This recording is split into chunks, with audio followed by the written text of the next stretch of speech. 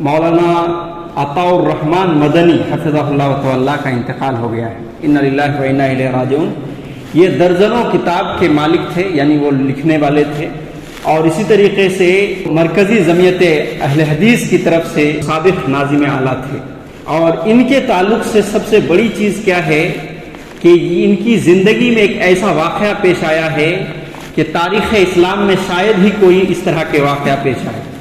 उन्होंने अपनी किताब समंदर में छलांग, मैं पढ़ने के ज़माने में भी ये किताब के बारे में सुनता था, लेकिन आज चूँकि उनका इंतकाल हुआ, उनकी किताबें भी नश्र की गई तो उसमें मालूम हुआ। तो उसमें एक बड़ी बात क्या है कि वो ऐसे घर से ताल्लुक़ रखते थे जो ज़मींदार थे, बिहार के रहने वाले हैं, ज़मींदार घराने से थे।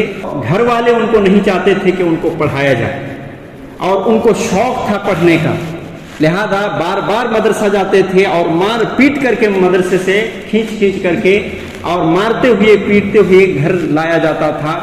और इस तरीके से एक बार नहीं कई बार घर से चोरी छिपके भाग करके ही यूपी के एक मदरसा जो बहुत मशहूर और मारूफ मदरसा है फैज़ आम, और वहाँ पे दाखिला लिया। और दाखिला लेने के बाद एक मर्तबा ऐसा जो है माहौल क्रिएट हुआ कि जहाँ बच्चों के ऊपर जो टीचर की तरफ से तशद्दुद किया जाता है और मारपीट की जाती है, उसके ऊपर एक बात आई।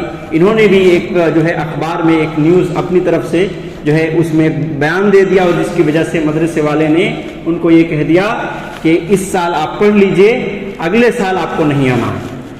फिर वो 12 रुपया लेकर के, कितना, सिर्फ 12 रुपया लेकर के वो मदीना पहुंचते हैं। किस तरह से उसकी पूरी कैफियत बयान की गई है और हर चीज़ को उन्होंने नोट किया है अपनी किताब के अंदर।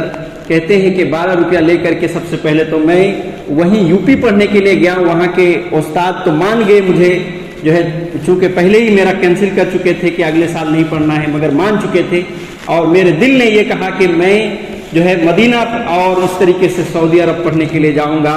तो फिर वो जो है पहले बनारस पहुँचते हैं और वहाँ बनारस से मुंबई पहुँचते हैं और मुंबई से जो है कश्ती में चोरी छिपे इसी तरीके से जाते हैं बगैर टिकट के, पूरा रास्ता बगैर टिकट के, और कश्ती में भी चढ़ जाते हैं।